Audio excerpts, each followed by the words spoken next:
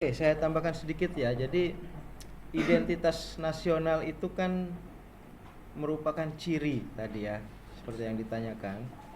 Dan kata lainnya adalah jati diri. Nah, jati diri inilah yang merupakan pembeda ya antara bangsa Indonesia dengan bangsa-bangsa lain. Jadi jati diri itu adalah differentiation ya. Dalam setiap marketing aja misalnya penting sekali differentiation untuk memenangkan pasar. Nah, kita kan seperti saya katakan kemarin selalu berada dalam perang nirmiliter, yaitu perang dagang. Nah, dalam dagang jati diri atau differentiation dan positioning itu sangat penting. Posisi kita di mana, pembeda kita apa dengan bangsa-bangsa lain. Nah, dengan demikian maka kita akan semakin kentara identitas nasionalnya. Ya. Tidak ada bangsa-bangsa yang maju yang identitas nasionalnya lemah. Coba Anda lihat Jepang, Korea Selatan, mana Cina, ya, Eropa, Amerika itu identitas nasionalnya kuat sekali. Ya, identitas nasional segala macam dari bentuk budaya, dari seni, budaya dan lain sebagainya. Dan sebaliknya bangsa-bangsa yang identitas nasionalnya lemah, luntur, itu biasanya menjadi negara kalah. Fail state ya, menjadi negara gagal. Karena itu adalah sangat penting untuk membangun identitas nasional. Kata Bung Karno katakan bahwa yang harus dikerjakan oleh generasi ke depan adalah nation character building. Ya, membangun karakter bangsa. Nation character building. Kata Bung Karno lagi, kalau generasi ke depan lupa membangun karakter bangsa, nation character building, maka jangan heran suatu saat nanti, kata Bung Karno di tahun 45, bangsa ini hanya akan menjadi kulinya bangsa-bangsa. Kalau bangsa Indonesia ini lupa membangun karakter bangsa, sehingga karakter bangsa atau jati diri bangsa menjadi lemah, jangan heran suatu saat nanti bangsa ini hanya akan menjadi kulinya bangsa-bangsa. Ya. Itu tahun 45 katakan. Jangan heran bangsa ini akan menjadi kulinya bangsa-bangsa. Kondisi kita sekarang bagaimana? Ya. Siapa yang kita di luar negeri dikenal apanya?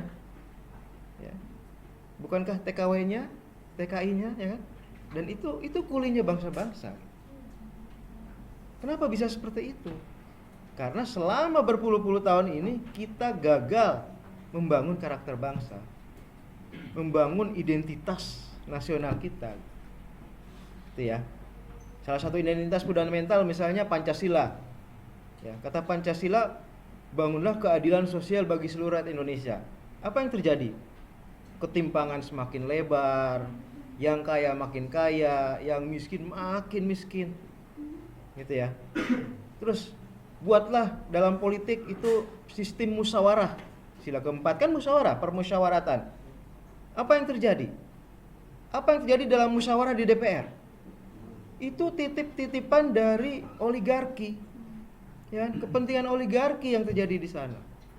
Artinya apa? Semua karakter itu dihianati oleh elit-elit yang ada. Nah, artinya apa? Jangan heran kalau bangsa ini semakin lemah, semakin lemah, semakin lemah. Gitu ya. Bangsa ini nggak akan bangkrut karena sumber daya atau resourcesnya kuat sekali. Tetapi selamanya akan dikuras terus. Ya, selamanya hanya akan menjadi objek bangsa-bangsa lain. Gitu ya. Yang terakhir kita hanya menjadi objek utangan Cina. Cina mengutangi, ya. Kita membangun jalan tol, kita membangun jalan buka di Papua. Dari apa dananya? Seperti saya pernah katakan, dari utang. Cina duitnya dari mana? Oh, dia pinter, dia cetak duit sendiri, beli barang di negerinya, barangnya dikirim ke Indonesia, dan kita dapatnya utang. Nah, itu ciri dari bangsa-bangsa yang akhirnya hanya mengekor saja gitu, nggak berani berbuat sesuatu, nggak berani berdiri di atas kaki sendiri. Padahal kata Bung Karno itu kita harus berdikari, berdiri di atas kaki sendiri. Trisakti ya, Trisakti apa? Nanti mungkin kita akan belajar Trisakti ya kan. berdaulat secara politik, berdikari, Waalaikumsalam, silakan, berdikari secara ekonomi dan berkepribadian secara budaya. Nah, secara ekonomi kita sudah tidak berdikari, ya, kita sudah penuh ketergantungan terhadap bangsa lain. Ya. Itu di situ ya nilai penting dari identitas nasional itu. Ditambah tadi karena adanya akulturasi, asimilasi, dan akhirnya generasi muda kita lebih silo terhadap budaya, terhadap seni dari bangsa lain dibanding bangsa sendiri, gitu ya. Akhirnya kita hanya kemudian ikut saja budaya bangsa lain dan kehilangan budaya bangsa kita sendiri. Gitu. Itu yang terjadi sekarang, gitu ya. Dari sisi seni saja kita sudah kehilangan banyak sekali. Begitu diklaim oleh Malaysia baru ribut, ya kan? Tetapi kita sendiri tidak mau memelihara kesenian itu, gitu. Ya. Itu contoh dari bangsa yang sedikit demi sedikit kehilangan karakternya. Ya. Nation karakternya itu tidak terbentuk, karakter bangsanya itu tidak terbentuk. Pada akhirnya nanti orang akan bingung pada saat ke Indonesia, ini sebenarnya bangsa apa gitu. Nggak terlihat lagi gitu. Ya, kalau kita ke Jepang kita sudah tahu dari bangunannya saja kita tahu bahwa kita berada di Jepang, ya kan? Dari bangunannya. Coba bangunan di Indonesia sudah sama dengan bangunan di modern lainnya gitu. Sudah tidak memperlihatkan bangunan khas lagi gitu. Ya masih untung misalnya di Sumatera Barat masih ada yang melestarikan misalnya tipe gadang, rumah gadang seperti itu ya. Nah, hal-hal seperti itulah yang merupakan bagian dari identitas nasional, ciri atau jati diri, gitu ya. Saat era makin mengglobal, makin digital, maka sesuatu yang lokal itu makin berharga sebenarnya, gitu ya. Karena semakin tegas, semakin kentara identitas suatu bangsa, itu akan semakin dihargai. Ya. Identitas itu tidak hanya fundamental seperti itu juga tidak, tetapi perilaku kita juga, sikap kita juga, gitu ya. Kita kenal misalnya bangsa Jerman sebagai bangsa yang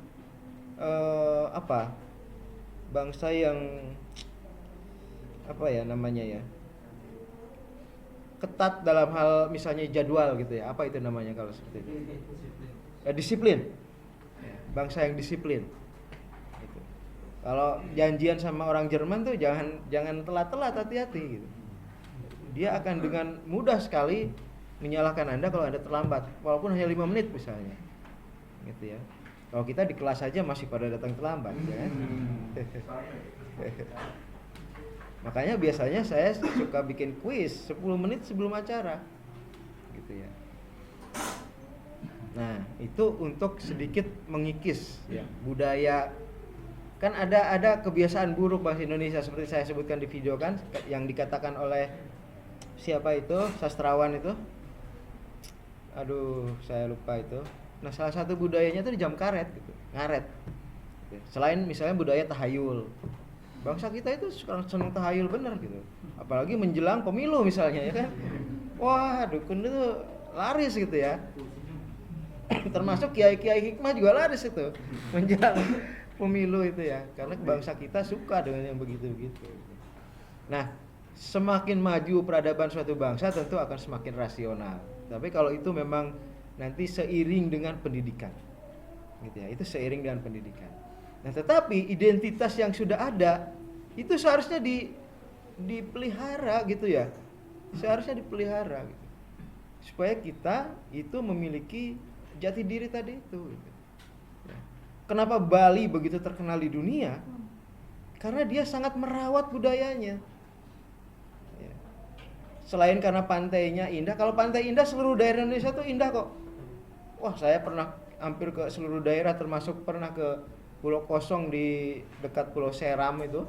Dari Ambon nyebrang ke Pulau Seram ada Pulau Kosong. Itu jauh lebih indah. Airnya bening sekali kelihatan di bawah itu. Ya, ikan-ikan segala macam. Banyak yang lebih indah dari Bali. Nah, tapi Bali sangat diperkuat oleh budaya yang mereka pelihara gitu ya. Ya, ibadah bahkan menjadi pertunjukan di sana. Ya kan? Seperti apa namanya itu, sesajen-sesajen di tiap pengkolan itu ya. Itu buat turis itu unik gitu. Ya, mereka tidak ikut ibadahnya. Termasuk saya juga kalau ke Bali kan nggak ikut ibadahnya, tapi ikut menikmati suasananya gitu ya, enak sekali gitu ya. Apa namanya, tenang gitu. Seperti itu, ya.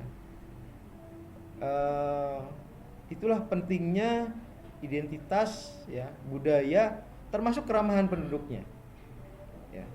Keramahan itu bagian dari budaya yang sangat penting. Dan kalau kita bisa menjaga keramahan, katanya bangsa Indonesia bangsa yang ramah, gitu ya. Nah, itu tentu kita akan bisa mendapatkan advantage dari situ, dan kita sebenarnya bisa menjadi superpower, yaitu tadi seperti kemarin saya katakan, bukan di software, bukan di hardware, tetapi di pariwisata. Ya, karena kita masih punya jati diri, belum hilang sebenarnya gitu ya. Meskipun sudah banyak kesenian yang sudah hilang. Saya dulu waktu kecil, saya kan orang Sunda, mudah sekali misalnya menemukan pertunjukan wayang golek gitu ya. Coba sekarang cari, ada nggak? Gitu ya. Itu sudah hilang tuh. Apa? Pertunjukan lainnya juga banyak yang sudah katakanlah hilang. Ya. Padahal itu adalah apa?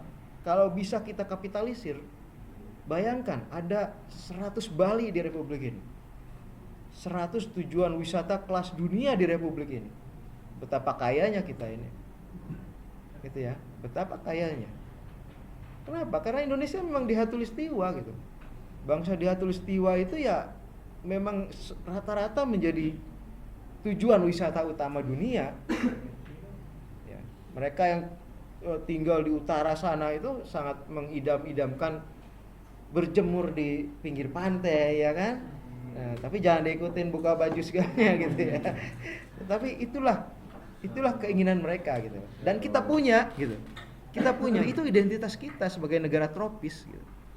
Jadi saya kira itu ya. Jadi banyak sebenarnya identitas nasional kita sebagai, selain identitas fundamental Pancasila, identitas instrumental tadi dikatakan ada lambang Garuda, ada Indonesia Raya, bendera dan lain sebagainya. Kemudian identitas alamiah tadi itu, alamnya yang indah, seninya, manusianya gitu ya.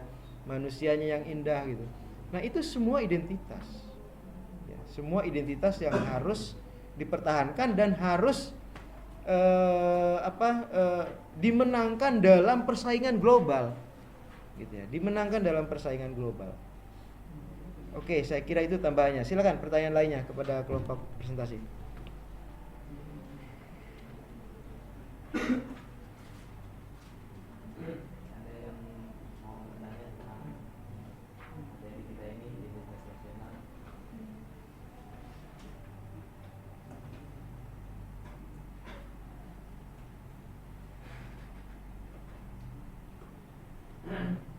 Kalau ada yang berpikiran, ya kita sebagian menghilangkan identitas nasional karena misalnya kesadaran beragama, misalnya gitu ya. Misalnya pada perempuan, baju adat daerah kita kan rata-rata terbuka, ya kan? Kebaya atau segala macam. Laki-laki bahkan sebenarnya kalau di Indonesia tuh baju aslinya itu sebenarnya nggak pakai baju laki-laki tuh. Zaman kerajaan dulu lihat, semua telanjang dada. Kenapa begitu? Karena negara tropis. Sebenarnya di negara tropis telanjang dada itu lebih baik karena keringat itu langsung ke ini gitu ya. Karena kan selalu keringetan. Cuman kalau jangan ikutin, kalau Anda buka sekarang ya masuk angin. Tapi di zaman dulu aslinya gitu. Ya. Yang perempuan misalnya zaman dulu kan kebaya ya kan. Bahkan sampai era Gus Dur pun, Ibu Gus Dur pun pakai kerudung aja kan. Rambut toh masih kelihatan gitu ya. Nah, tetapi kan kemudian budaya sekarang berubah. Semakin katakanlah mengikuti syariat kan gitu ya. Sebenarnya perubahan itu tidak mesti kemudian kita kehilangan jati diri gitu ya. Saya pernah lihat tuh di acara apa ya, Sunda Wiwitan. Sunda Wiwitan itu seperti di Kuningan ya. Itu dia memang agama Sunda gitu ya. Nah, tetapi masyarakatnya sebenarnya banyak yang sudah muslim. Nah, pada saat acara istilahnya apa, istilahnya saya lupa, Serentahun. Serentahun itu mereka yang muslim juga hadir, karena toh itu jadi acara daerah lah gitu ya. Dan mereka pakai jilbab, tetapi mereka pakai jilbab gaya ini gaya kebaya tetapi longgar gitu, ternyata bagus juga, ternyata bagus juga. Jadi sebenarnya tidak perlu juga misalnya harus selalu mencontoh baju dari Arab misalnya gitu ya. Kalau katakanlah ada inovasi ya yang menutup aurat dan tidak memperlihatkan lekuk-lekuk, tetapi masih memunculkan budaya adat ya, itu bagus gitu. Coba Anda lihat di video-video pada saat acara itu banyak yang pakai jilbab muslim tetapi pakai gaya kebaya gitu ya, itu cantik sekali dan terlihat Sunda ya. Dan terlihat Sunda.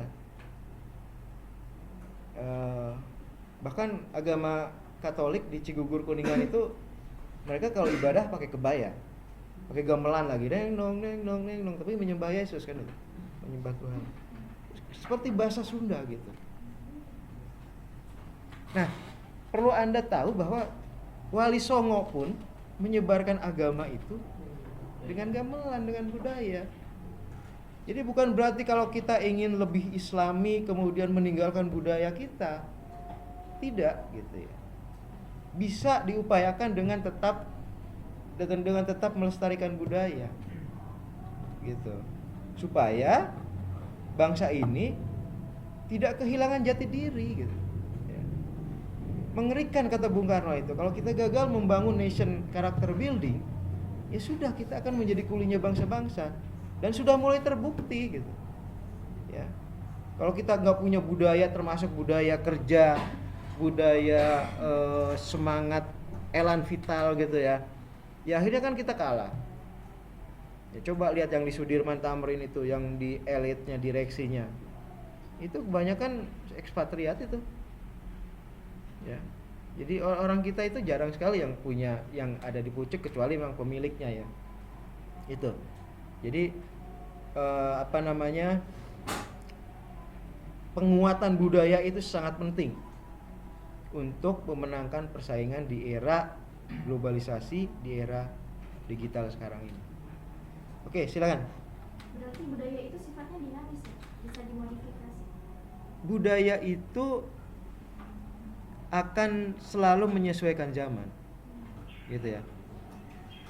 Kalau di eranya istrinya Gus Dur itu nggak ada masalah tuh dengan kerudung gitu ya, dan kelihatan itu kan nggak ada yang kemudian wah itu tidak menjalankan perintah Allah gitu ya. Nah, tetapi sekarang zaman berubah, perempuan semakin tertutup, itu kan akan selalu berubah seperti itu. Nah, tetapi jangan juga diikuti di Arab. Sekarang kan malah terbuka semua itu. Dengan Raja Arab yang sekarang itu kan lebih barat dari barat, karena memang dia slogannya 5 tahun yang akan datang Arab Saudi akan lebih barat dari barat. Ya itu jangan juga seperti itu gitu ya.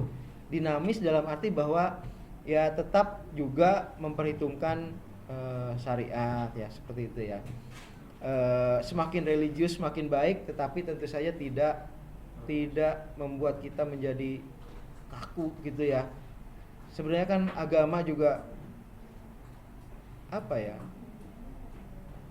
agama juga sebenarnya tidak menginginkan kita untuk hidup terkekang gitu ya, sangat terkekang, tidak gitu ya. Misalnya keberagaman Gus Dur atau Cak Nur gitu ya, salah satu contoh yang sangat humanis gitu ya. Saya pernah bertamu ke Habib Lutfi ya, bersama tim peneliti One Team Press. Waktu itu saya jadi tim peneliti di One Team Press. Kita nyampe itu sudah maghrib, sudah azan. Kita pikir wah nih Habib bakal nyuruh kita sholat dulu baru kemudian ngobrol gitu ya. Enggak, itu kita diterima dulu, dipersilakan minum, ngobrol sampai mendekati jam 7. Baru setelah mendekati jam 7 dia izin, saya mau sholat dulu, sholat maghrib gitu. Mungkin kita karena dari Jakarta ya sudah mungkin bisa dapat lagi hadiah kan 3 kali ini gitu. Jadi beliau pun yang katanya itu punya apa ya? Ya dia apa namanya? Sebagai pemimpin thariqah dunia kan itu kan. Itu juga sangat sangat longgar apalagi kalau menghadapi tamu gitu ya. Bahkan bisa menghormati tamu dulu, ngajak ngobrol dulu gitu ya. Baru izin sebentar untuk sholat dan balik lagi. Itulah keberagamaan yang menurut saya luar biasa gitu. Ya. Sholat di awal itu memang harus, tapi ketika ada tamu dari jauh, ya dia lebih menghormati tamunya. Gitu. Itu juga perintah kan, perintah Allah kan untuk menghormati tamu. Setidaknya dia tidak telat, tidak habis waktu sholat gitulah, gitu ya. Intinya itu. Nah, dalam berkebudayaan pun seperti itu. Jadi dalam tarik menarik antara budaya yang selalu dinamis itu, tentu saja ada yang semakin melonggarkan, tapi kemudian kalau takut melewati ajaran misalnya ya diperketat lagi gitu. Seperti itu. Ada dinamika di situ. Ada dinamika. Nah, itu tetapi bukan berarti bahwa identitas nasional itu sesuatu yang nggak bisa dipegang, bukan. Tetap ada yang khas gitu ya.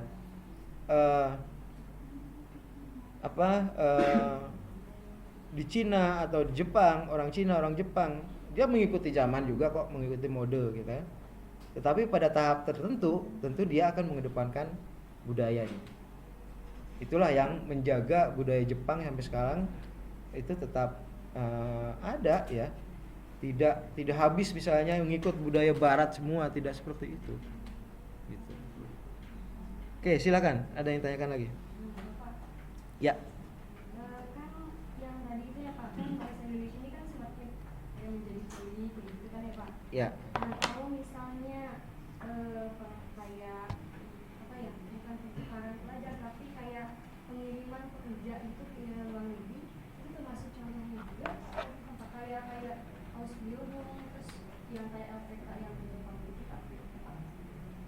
Dijawab dulu ya sama yang presentasi.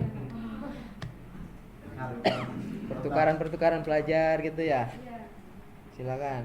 Yang pekerja yang pekerja. Oh, pekerja. Ya kan kalau TKW kan lebih kayak di keluarga ya. Iya, pembantu. Gitu. Asisten ya.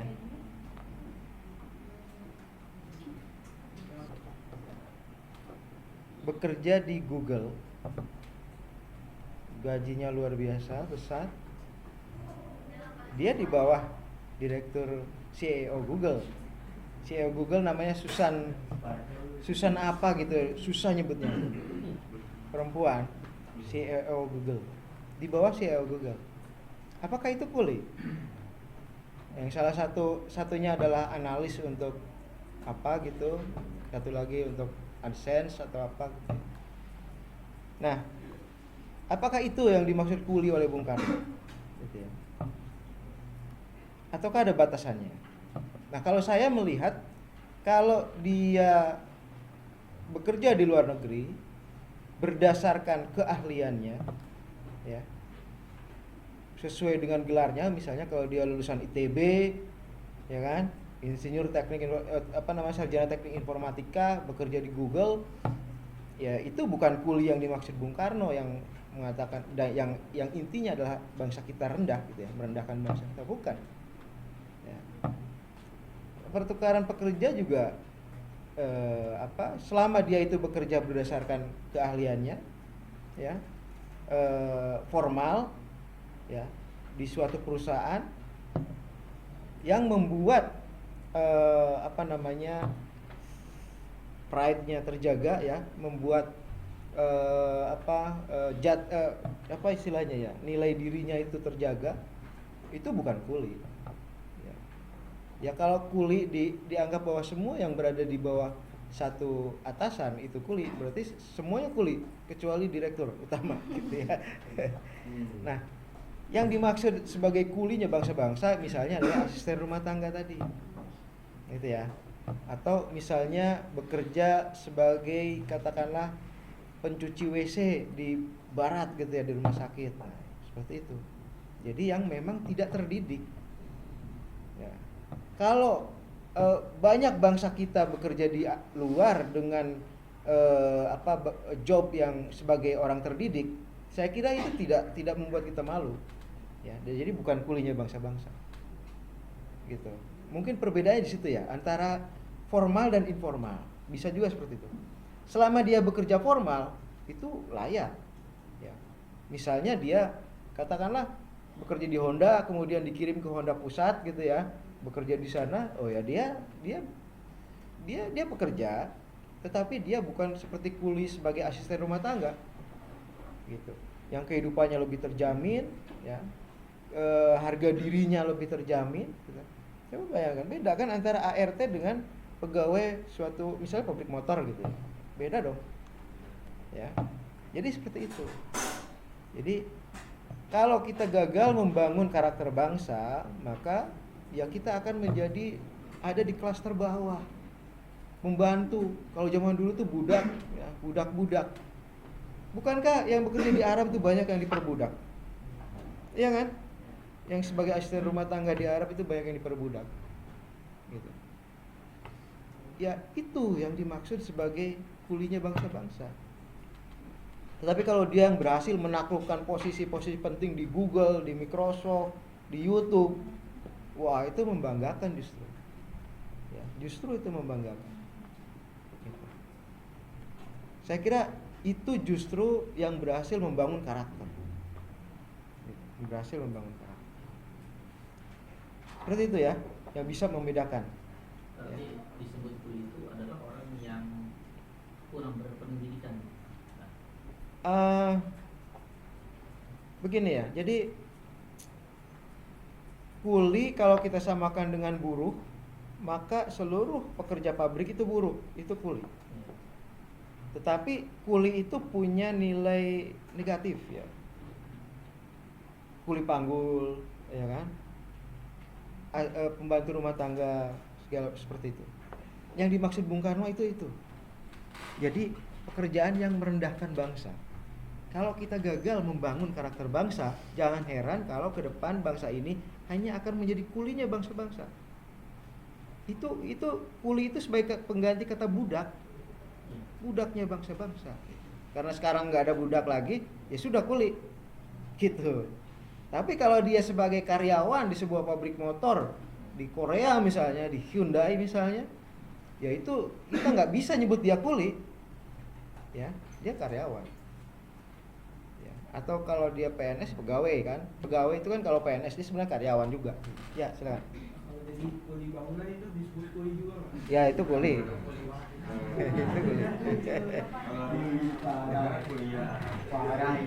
Kuliah gitu ya.